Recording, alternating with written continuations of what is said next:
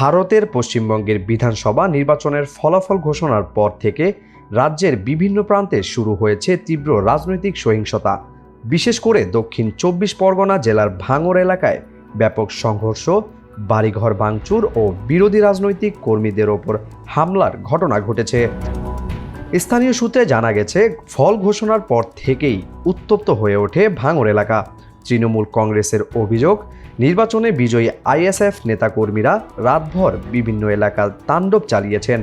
বিশেষ করে নিমকুড়িয়া গ্রামে তৃণমূল সমর্থকদের ওপর সশস্ত্র হামলার ঘটনা ঘটে। ফিরোজ মোল্লা নামে এক ভুক্তভোগী তৃণমূল কর্মী জানান, আইএসএফ এর ভূত সভাপতি নেতৃত্বে প্রায় ৫০ জন লোক তাদের বাড়িতে হামলা চালায়। হামলায় ফিরোজের মাথায় বন্দুক দিয়ে আঘাত করা হয়েছে এবং তার বাবার অবস্থা আশঙ্কাজনক হওয়ায় তাকে কলকাতার একটি হাসপাতালে ভর্তি করা হয়েছে। এছাড়াও বেওতা এলাকায় এক তৃণমূল নেতার বাড়িতে বিজেপি কর্মীদের বিরুদ্ধে ভাঙচুরের অভিযোগ উঠেছে। তৃণমূল করার অপরাধে ওই পরিবারের নারী সদস্যদেরও মারধর করা হয়েছে বলে জানা গেছে। তবে এসব অভিযোগের প্রেক্ষিতে আইএসএফ বা বিজেপি এখন পর্যন্ত কোনো আনুষ্ঠানিক প্রতিক্রিয়া জানায়নি। এদিকে কলকাতার বেলাঘাটা এলাকায় বিশ্বজিৎ পট্টনায়ক নামে এক তৃণমূল কর্মীর রহস্য মৃত্যু হয়েছে। মৃত যুবক নির্বাচনের দিন তৃণমূলের ভূত এজেন্ট হিসেবে দায়িত্ব পালন করেছিলেন। পরিবারের দাবি, সন্ধ্যা 7:30টার দিকে একটি ফোন পেয়ে তিনি বাড়ি থেকে বের হন। দীর্ঘক্ষণ খোঁজ না পেয়ে পরিবারের সদস্যরা খুঁজতে বের হলে বাড়ির সামনেই তার রক্তাক্ত মরদেহ পড়ে থাকতে দেখেন। পুলিশ জানায়, বিশ্বজিতের পকেট থেকে একটি ভাঙা মোবাইল ফোন উদ্ধার করা হয়েছে। পরিবারের দাবি, এটি একটি পরিকল্পিত রাজনৈতিক হত্যাকাণ্ড।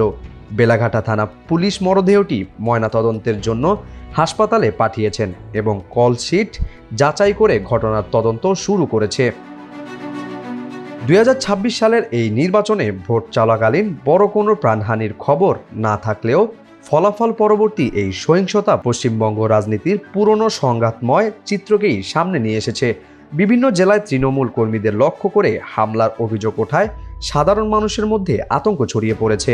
পরিস্থিতির নিয়ন্ত্রণ রাখতে স্পর্শকাতর এলাকাগুলোতে অতিরিক্ত পুলিশ মোতায়েন করা হয়েছে।